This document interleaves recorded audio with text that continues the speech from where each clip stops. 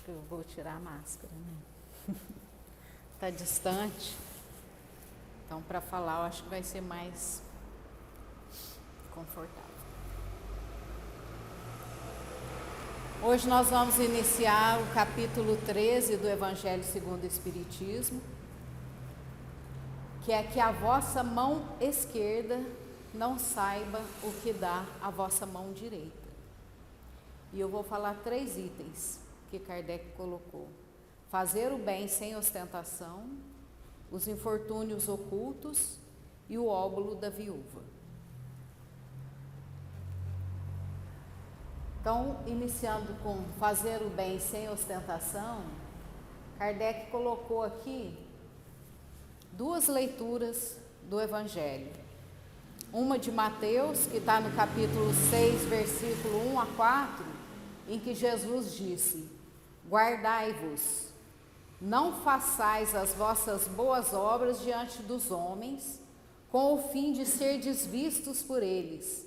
De outra sorte, não tereis a recompensa da mão de vosso Pai, que está nos céus. Quando, pois, dás a esmola, não faças tocar a trombeta diante de ti, como praticam os hipócritas nas sinagogas e nas ruas, para serem honrados dos homens. Em verdade vos digo que eles já receberam a sua recompensa. Mas quando dás a esmola, não saiba a tua esquerda o que faz a tua direita, para que a tua esmola fique escondida, e teu Pai que vê o que fazes em segredo te pagará. E a outra leitura, também Mateus 8, 1 a 4. E depois que Jesus desceu do monte, foi muita gente do povo que o seguiu. E eis que, vindo um leproso, o adorava dizendo: se tu queres, Senhor, bem me podes limpar. E Jesus, estendendo a mão, tocou-o dizendo: pois eu quero, fica limpo. E logo ficou limpa toda a sua lepra. Então lhe disse Jesus: vê, não o digas a ninguém, mas vai mostrar-te ao sacerdote e faze a oferta que ordenou Moisés para lhe servir de testemunho a eles. Então Jesus mandou a gente fazer o bem sem que ninguém veja. E ele, essa segunda passagem, ele curou o leproso e ainda pediu para ele não contar para ninguém, só ir mostrar para o sacerdote. Por quê? Porque os sacerdotes naquela época atuavam como se fosse hoje a vigilância epidemiológica, vigilância em saúde. Quem tinha lepra tinha seu nome num livro e não podia de maneira nenhuma estar transitando na sociedade. Então era para ele mostrar para o sacerdote, para ele poder ser liberado. Aí Kardec fala sobre o item, fazer o bem sem ostentação. Em fazer o bem sem ostentação, há grande mérito. Ainda mais meritório é ocultar a mão que dá.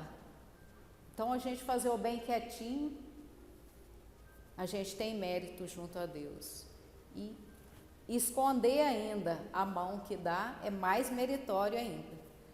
Constitui marca incontestável de grande superioridade moral. Quem faz o bem sem aparecer é moralmente mais evoluído. Porquanto, para encarar as coisas mais do alto, que faz o vulgo. O que ele quer dizer com isso aqui? Que quando a gente pensa na vida futura e não na vida aqui presente, por que nós devemos fazer o bem? Não para aparecer, não para as pessoas verem, não para aqui, para a terra. Nós devemos fazer o bem porque fazendo o bem nós estamos nos melhorando, estamos evoluindo espiritualmente e moralmente. Isso é que conta na nossa vida futura, na vida no mundo espiritual, nas nossas próximas encarnações. Então a gente enxergar isso, além do que o homem comum que nem pensa em vida futura, nem pensa em vida espiritual, a gente pensar nisso. Quantos há que só dão na esperança de que o que recebe irá bradar por toda parte o benefício recebido? A gente vê muito isso, principalmente nos nossos governantes. Infelizmente, quem está no poder público, eles dão como e querem fotografar tudo e mostrar tudo que eles estão fazendo bem. E não é isso que Jesus falou que nós devemos fazer. Não saber a mão esquerda o que dá a mão direita é uma imagem que caracteriza admiravelmente a beneficência modesta. Mas se há a modéstia real, também há a falsa modéstia, o simulacro da modéstia. Aquele que dá, quer esconder a mão, mas quer que apareça um pedacinho da mão que ele está dando. Quer que alguém veja que ele é bom, que esse é o simulacro da modéstia, é a falsa modéstia. E qual poderá ser a recompensa dessa pessoa que dá querendo aparecer um pouquinho?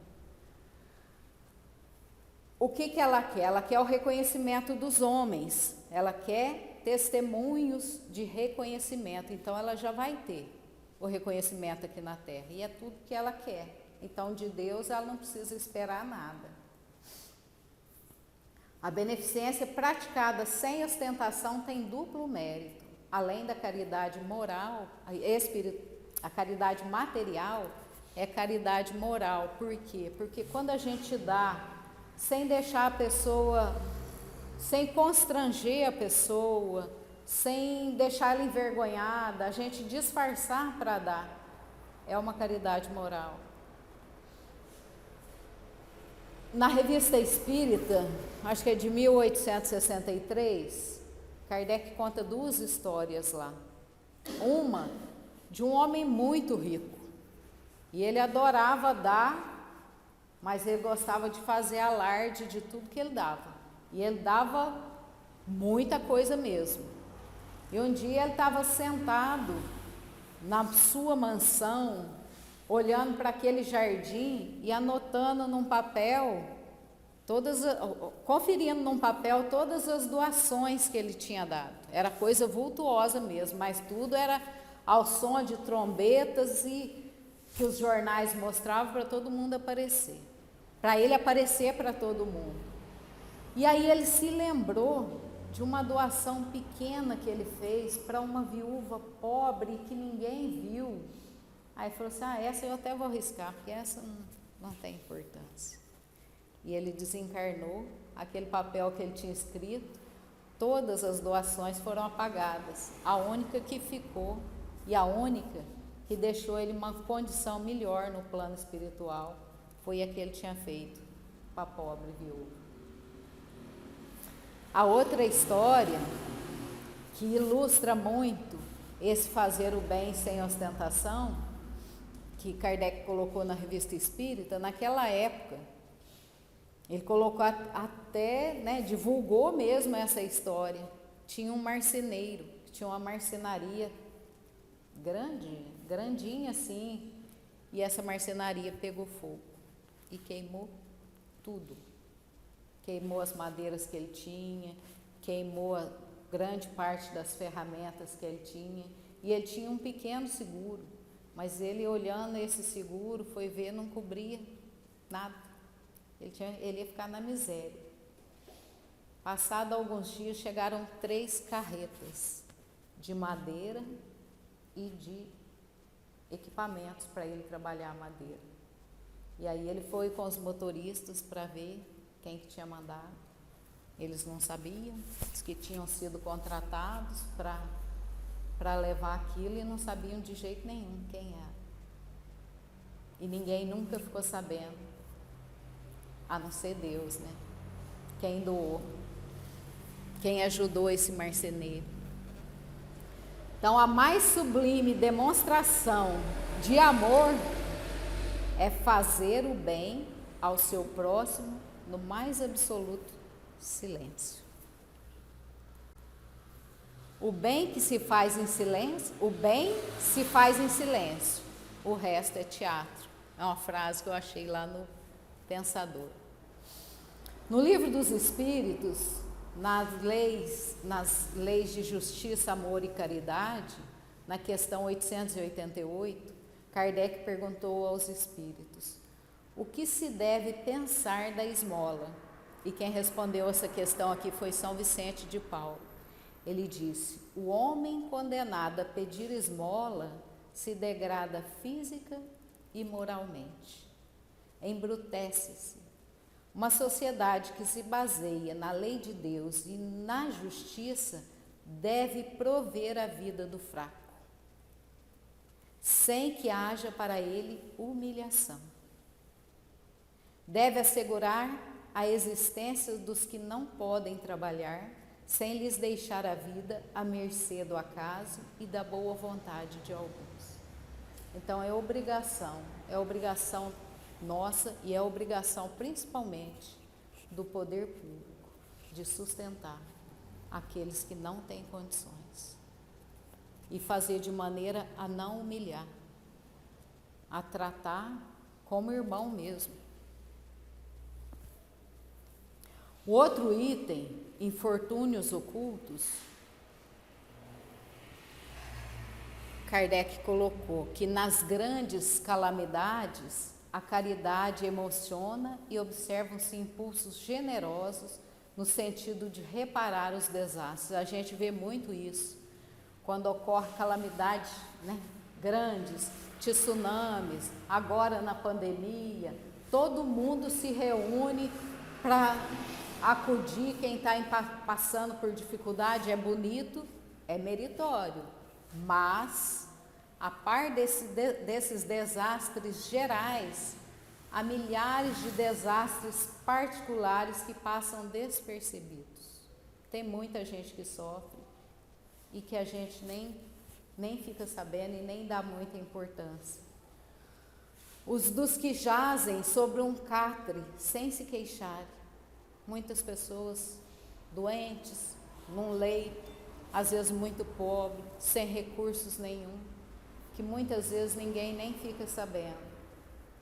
Esses infortúnios discretos e ocultos são os que a verdadeira generosidade sabe descobrir sem esperar que peça assistência. Aqui Kardec conta, ele cita uma dama da sociedade que procura esses infortunados. Ele descreve que ela se veste de maneira bem modesta, bem simples, e ainda leva a filha dela, vestida também de maneira bem modesta, e vai procurar essas pessoas. Ele conta que ela vai na casa de uma mãe com alguns filhos que estão passando por necessidade, não porque eles querem, não porque eles acostumaram a pedir, mas porque o marido se encontra doente no hospital. E ali ela vai e leva de tudo, e leva a filha junto. E a filha ainda ela leva a filha para a filha aprender. E a filha quer doar também. Ela fala: não, se você for doar, sou eu que estou doando. Para você doar, você tem que produzir. Se você quiser fazer uma roupinha para a criança, aí é você que está doando. Ou se você quiser cuidar do doente, aí é você. Agora, do que eu compro, é eu que estou doando. Então, ela está, além dela doar, ela está educando a filha.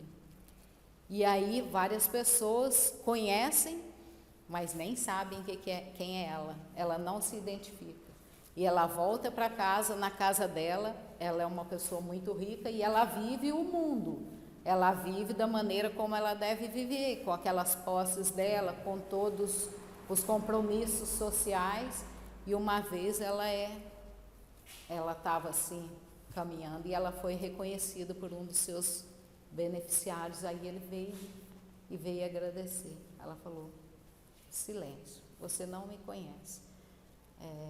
É assim que Jesus quer, que nós façamos o bem, mas ninguém precisa ficar sabendo quem.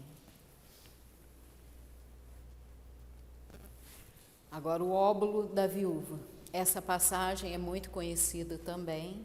Ela está tanto no Evangelho de Marcos quanto no Evangelho de Lucas. Estava Jesus e os seus discípulos lá no templo, né? Defronte o gasofilácio. O que é gasofilácio? É um vaso, mas era tipo um cofre onde as pessoas depositavam as suas ofertas lá no templo. Então estava Jesus lá em frente, né, ao gasofilácio, a observar de que modo o povo lançava ali o dinheiro.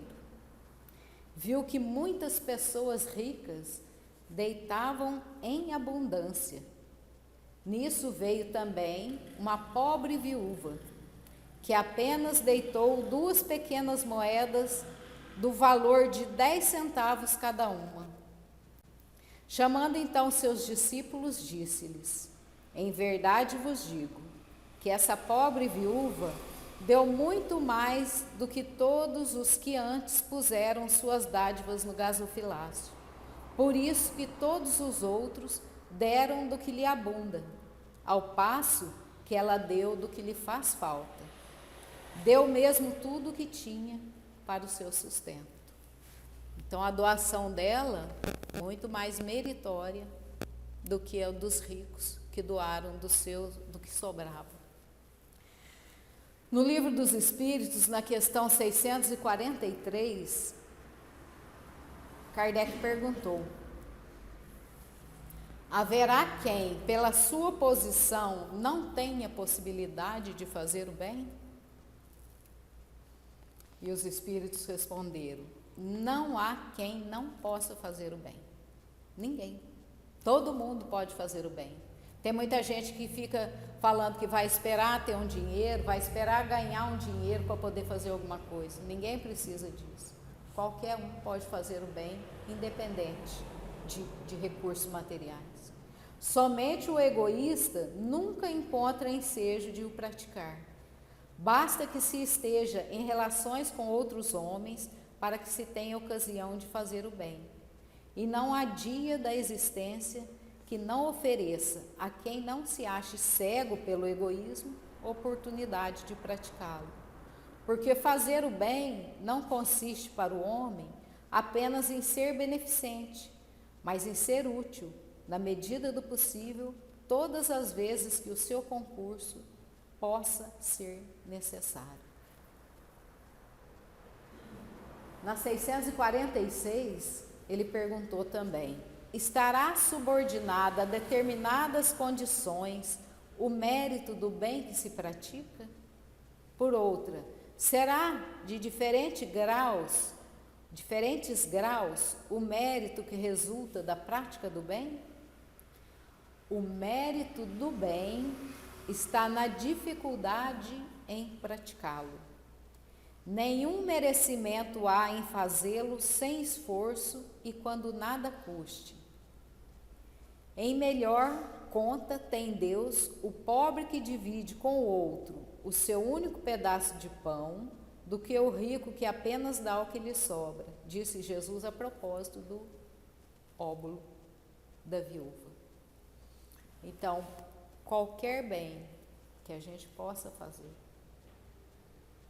não pode ter muita facilidade para ter mérito. O mérito a gente vai ter diante de Deus, é aquele que a gente se esforçar para fazer. Que a gente tirar o nosso tempo, que a gente tirar, às vezes, de um recurso material mesmo, que a gente ia usar para a gente, ao invés de usar para a gente, usar aquilo para o outro. Então é para isso que nós estamos aqui. É aí que resume todinha a doutrina de Jesus, que é fazer o bem, né? E fazer para o próximo da maneira como que nós gostaríamos que fosse feito para nós. Muita paz a todos, que Jesus abençoe a cada um, e a cada lar e a cada família que aqui se encontra.